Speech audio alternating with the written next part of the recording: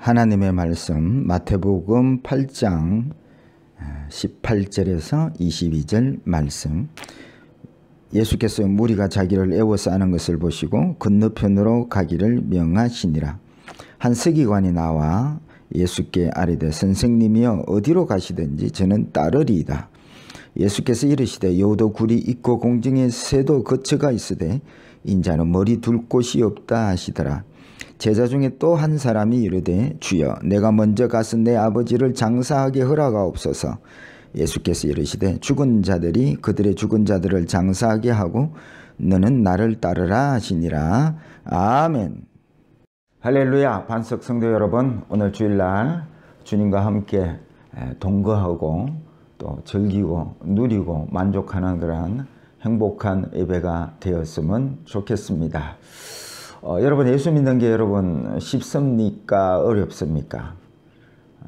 어떤 분들은 예수 믿는 게 참 쉽다는 분들도 있습니다. 또 어떤 분들은 예수 믿는 것이 참 어렵다고 생각하는 분들도 있을 줄 압니다. 근데 여러분, 예수 믿는 것은 쉽고 어려운 문제가 아닙니다. 예수 믿는 것은 사람의 생각이나 노력으로 되어지는 것이 아니기 때문에 그렇습니다. 믿음은 보이는 세상보다 보이지 아니하는 하늘나라를 살 수 있는 것이고요. 믿음은 돈보다도 돈이 이 세상의 현실 아닙니까? 말씀을 더 귀히 여길 줄 아는 것이 믿음이고요. 세상 보이는 권세보다 보이지 않는 하늘나라 권세인 하나님을 더 경외하고 두려워하며 그분의 입의 말씀으로 사는 것이 믿음입니다. 그러니까 이것이 사람의 노력으로 되어지는 일이 아니라는 것입니다. 그래서 이 믿음은 사람으로부터 난 믿음이 아니라 위로부터 하나님으로부터 온 믿음이 되어야 하고, 그러니까 성령으로 거듭나지 아니하면 결단코 하늘나라를 맛볼 수 없다는 말씀을 성경은 하고 있는 것입니다. 여러분, 성령으로 거듭나지 아니해도 성령이 아니라도 종교 행위를 할 수는 있습니다. 열심히 기도 생활하고 예배 생활하고 말씀 묵상할 수 있습니다. 그런데 결정적으로 예배 가운데 말씀 묵상 가운데 하나님을 경험하고 영적 세계를 경험하고 또 하나님의 음성을 들을 수는 없습니다. 그래서 종교적인 행위가 진정한 믿음이 될 수가 없다는 말씀이지요. 그래서 바리새인과 같이 종교 행위를 하는 사람들의 그 행위가 구원받을 믿음이 될 수는 없다는 말씀이지요. 주님이 이 땅에 오신 것은 이 세상 나라를 좋게 변화시키려고 오신 것이 아닙니다. 하늘나라를 가지고 이 땅에 오셔서 택한 백성들을 다 모아서 하늘나라로 또 하늘나라 세계로 인도하기 위해서 이 땅에 주님이 오셨습니다. 그래서 우리에게 믿음을 주시고 이 하늘나라를 잘 살 수 있도록 주께서 언제나 우리를 함께 하시고 도와주고 계시는 것입니다. 여러분, 그래서 그 믿음으로 지금 하늘나라를 살고 있습니까? 주님께서 이 땅에 오실 때 처음 이 신약의 성경 말씀이 회개하라 천국이 가까웠느니라.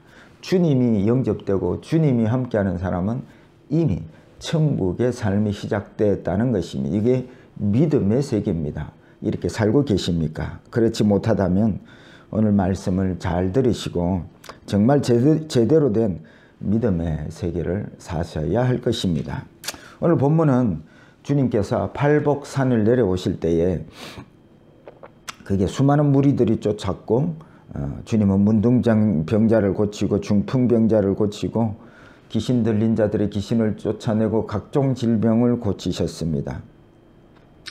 이 소문을 듣고 많은 사람들이 주님을 애워쌌습니다. 모두들 주님을 만나고 싶어 했고 주님의 제자가 되고 싶어 했습니다. 그런데 주님은 이들을 떠나셨고 또 저들은 제자가 되지 못했습니다. 이 본문의 세 부류의 사람들은 주님을 만나고 싶었고 제자가 되고 싶었는데 그들의 삶의 주가 되지 못하고 스승이 되는데 합당치 못하다고 말씀하셨습니다. 우리가 이렇게 세 부류의 사람들과 같이 주님을 만나려고 하는 사람이 아니냐 하는 것이죠. 이 세 부류의 사람들과 같이 주님을 만나려고 한다면, 또 제자 되고자 한다면 그것은 주님의 마음에 합한 믿음의 사람이 될 수 없다는 말씀이지요.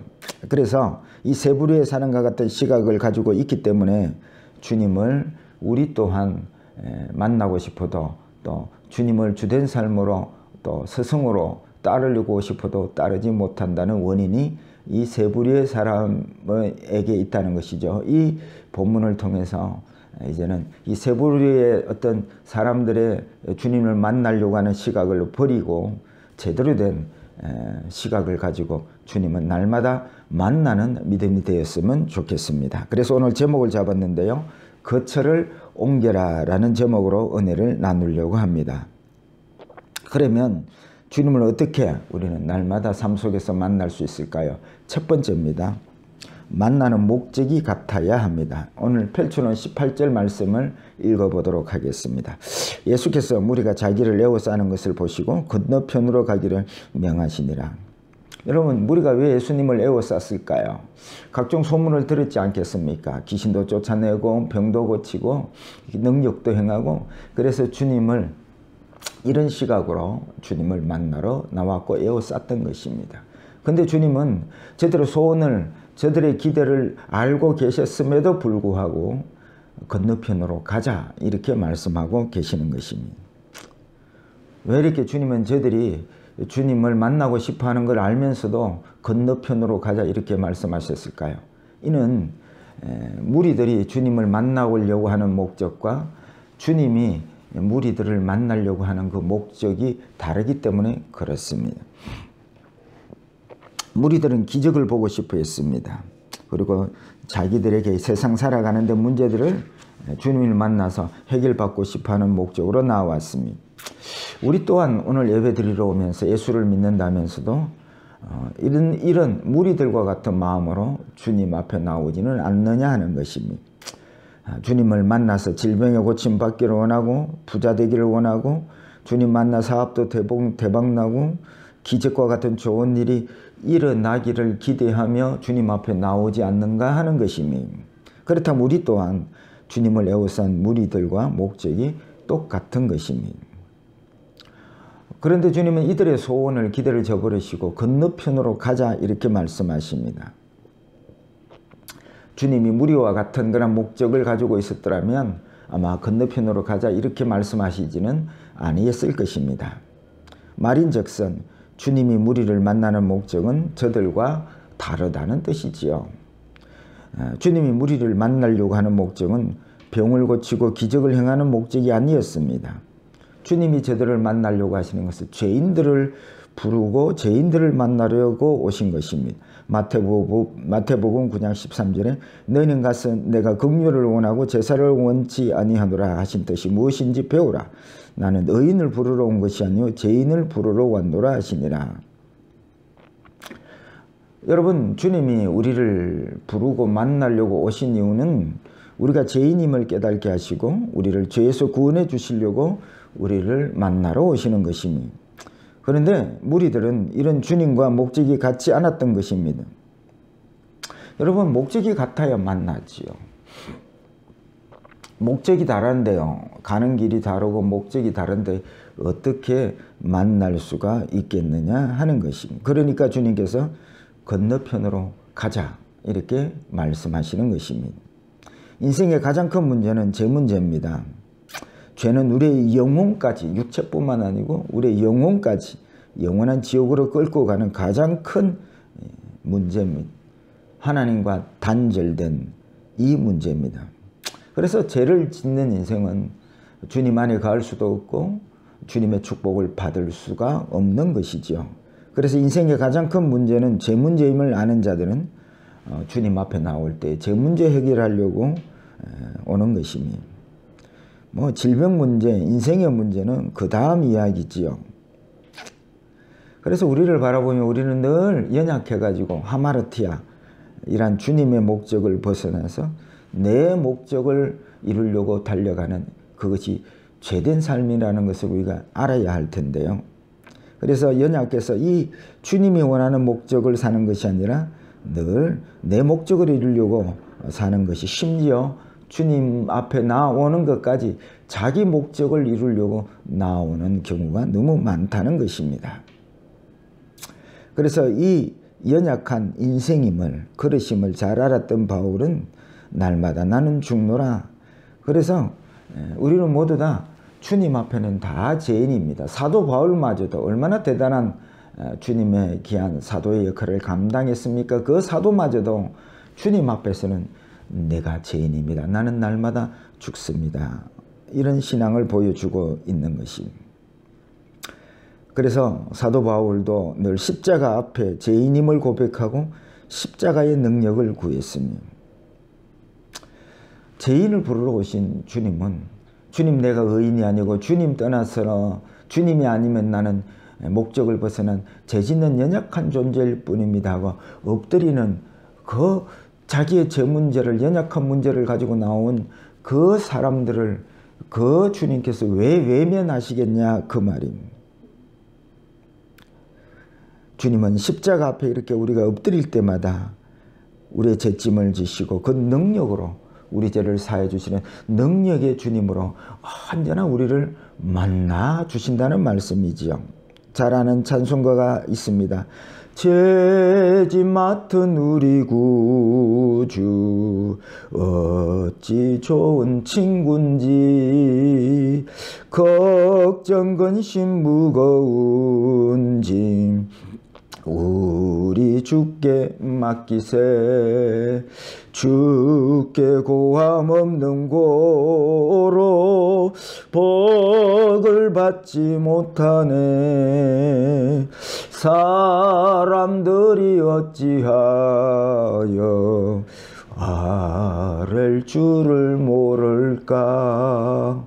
우리의 죄짐을 맡아주러 오셨는데 그 죄 문제에 죄짐을 맡기려고는 하지 않고 이 세상 나라에 걱정 없이 사는 인생의 문제를 먼저 들이다미니까 주님의 목적과 우리의 목적이 다르다. 그래서 만날 수 없다는 말씀이죠. 그러나 우리가 언제나 주님 앞에 나올 때마다 이 연약한 것이 늘 주님의 목적으로 살지 못하고 내 목적으로 사는 이 죄된 인생을 주님 앞에 늘 엎드려 고할 때에 주님은 언제나 그 십자가의 능력으로 우리를 만나주시는 줄 믿으시기를 축복합니다. 두 번째입니다. 거처를 옮겨라는 것입니다. 두 번째 주님을 못 만난 부류는 서기관입니다. 펼쳐놓은 19절 20절 말씀 읽겠습니다. 한 서기관이 나와서 예수께 아뢰되 선생님이여 어디로 가시든지 저는 따르리이다. 그때에 예수께서 이르시되 여우도 굴이 있고 공중에 새도 거처가 있으되 인자는 머리 둘 곳이 없다 하시더라. 한 서기관이 주님의 제자가 되기로 나섰습니다. 어디든지 주를 따르겠습니다. 이 서기관은 당시에 율법학자입니다. 요즘 말하면 신학교 교수쯤 되는 사람입니다. 사회적 지위도 있고 아마 그가 성경을 연구하다가 저분이 바로 다윗의 후손 오실 그 메시아구나 하는 것을 깨달았던 것 같습니다. 또 당시에 보니까 병도 고치고 귀신도 행하고 능력도 행하는 것을 보니 저분이 바로 예언된 메시아다, 이런 시각을 가지고 주님의 제자가 되기를 청했던 것입니다. 주님도 어쨌든 당시 사회에 지위도 있고 했던 서기관이 제자 된다는 것은 무식한 어부들이 제자 된다는 것보다 훨씬 더 이신도 소고하지 않았겠습니까? 그런데 이 서기관에게 주님은 여우도 굴이 있고 공중에 새도 집이 있는데 인자는 머리 둘 곳조차 없다라고 대답을 하십니다. 무슨 말씀입니까? 너는 세상의 풍성함을 위해서 나를 쫓았느냐? 나를 따르는 것은 그것이 아니다. 나는 이 나의 머리 둘 곳조차 없다는 말씀은 나의 거처는 세상 나라가 아니다. 여러분, 제자들도 주님을 따를 때에 거처가 풍성해지는 것을 목적으로 처음에는 주님을 따랐습니다. 그래서 주님이 왕이 되실 때에 오른쪽 왼쪽 높은 자리에 앉기를 바라고 주님을 쫓았습니다. 모두 다 세상 나라 거처가 풍성해짐을 보고 주님을 쫓았는데 주님은 말씀하십니다. 여우도 굴이 있고 공중의 새도 집이 있다. 그것은 바로 네가 원하는 것은 세상 거처다 그 말이죠. 그러나 인자는 머리 둘 곳조차 없다. 세상 나라에 머리 둘 곳 거처는 없다. 내 거처는 하늘나라이고 내가 너희를 부르러 온 것은 하늘나라 거처를 풍성케 하기 위해서 왔다는 것입니다. 오늘날도 많은 사람들이 이 석인광과 같이 주님을 따릅니다. 주님을 따라서 세상 가치를 거처를 풍요롭게 하려고 하는 것입니다.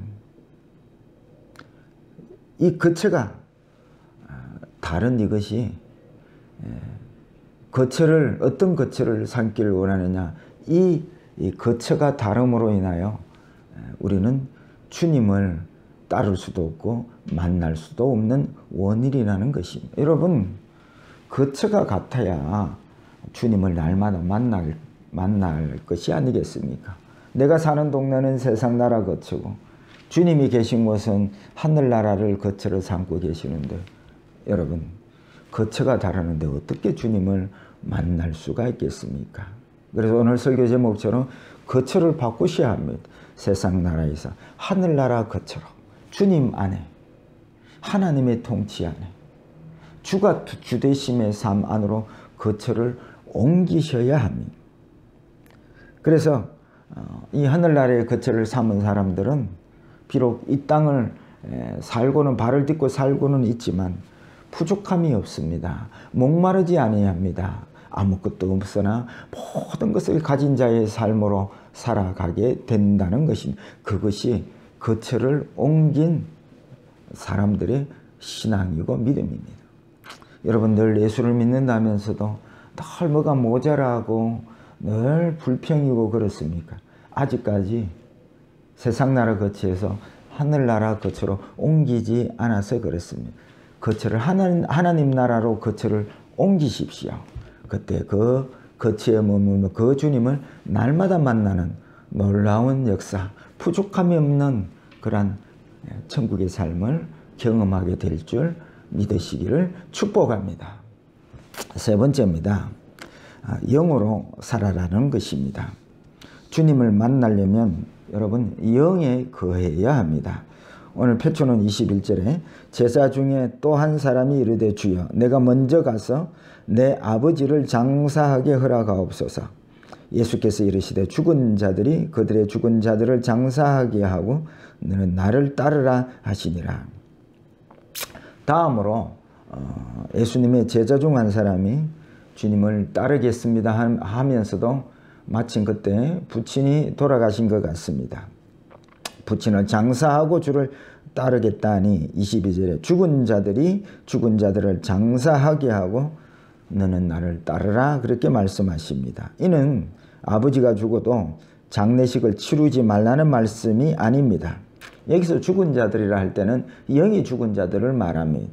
허물과 죄로 죽은 그 영, 즉 세상 나라 사람들을 말씀하고 있는 것입니다. 그리고 주님은 이 세상 나라 죽은 자들의 나라, 영이 죽은 삶, 세상 나라의 삶을 사는 곳이 아니라 내가 거하는 곳, 내가 사는 곳은 영이 산 자들이 모여서 사는 곳, 즉 하늘나라를 산다는 것이죠. 그래서 네가 이러한 세상 법도 세상 방법을 쫓아 사는 것은 내 제자 되는데 나를 따르는데 합당치 않다는 것입니다. 그래서 여러분 우리가 주님을 못 만나고 주님을 따르고 주가 주된 삶을 살지 못하는 원인 중에 하나는 또 한 가지 원인은 주님께서 우리를 살려주신 영으로 살아야 되는데 늘 우리는 영으로 살지 않고 사람의 생각으로 세상 법도를 따라서 세상 이치에 따라서 살아가고 있다. 그래서 주님을 만나지 못한다라는 말씀이죠. 여러분 우리는 세상 사람과 다르게 주님이 십자가를 지시면서 우리의 죽은 영은 허물과 죄로 죽은 영을 우리를 살려놓으셨습니다. 이제는 이 영으로 주님을 만나고 주님 안에 거하고 또 이 영으로 하나님의 놀라운 천국의 세계를 이렇게 경험하고 살 수 있습니다. 그래서 우리는 이제는 기도도 육으로 하는 것이 아니라 영으로 할 수 있습니다. 찬양도 영어로 할 수 있습니다. 여러분, 이런 복음송이 있습니다. 내가 영어로 노래하리니 주님 내 찬송 들으시네. 온 마음 다해 온 마음 다해 내 주님 찬송하리니 하나님은 영이시니 내가 영어로 노래하리니 내가 영어로 노래하리라. 하나님은 영이시니 내가 영으로 노래하리. 하나님은 영이시니 내가 영어로 노래하리. 제대로 이렇게 찬양을 제가 못 부른 것 같아서 죄송합니다만은, 하나님은 영이시니 내가 영어로 노래하고 기도하고 찬양하고 예배하는 것이, 그때요 우리는 살아계신 주님을, 하나님은 영이시니 그 주님을 날마다 예배 가운데, 기도 가운데, 말씀 가운데 만나게 된다는 말씀이지요. 그래서 믿음은 뭘 먹을까 입을까 염려하는 육으로 사는 것이 아니라 주님께서 살려주신 그 영으로, 말씀으로, 말씀도 영이니까요, 또 성령 충만해서 그렇게 주님을 예배하고 찬송하고 그렇게 살아가는 것입니다. 그래서 우리의 영이 육신의 생각으로 살지 않기 위해서 날마다 성령이 충만함을, 날마다 하나님의 진리의 영으로 충만하기를 구하는 것이 기도입니다. 그래서 여러분, 기도의 삶을 살지 않는다는 것은 늘 육신의 생각으로 산다는 뜻입니다. 다시 말하면 세상 나라를 거처하고 사는 것이며, 그러나 영은 늘 성령으로 충만함으로 죽은 자의 세상을 사는 것이 아니라 산영으로 산자들의 나라에 하나님의 나라를 살게 되는 것입니다. 그래서 여러분, 늘 기도의 삶, 말씀, 묵상의 삶을 통해서 충만하심으로 영으로 날마다 주님을 만날 수 있는 믿음과 신앙이 되시기를 축복합니다. 말씀을 맺고자 합니다. 오늘 주님을 늘 만나도 주님을 주되심으로 만날 수 없었던 사람들을 보았습니다. 목적이 같아야 됩니다. 거처를 하늘나라로 옮겨야 합니다. 그리고 주님이 살려주신 그 영으로 날마다 주님을 찬양하고 만나는 하늘나라 백성이 되는 그 삶이 이루어지는 저와 여러분들의 신앙이 되시기를 주의 이름으로 축복합니다.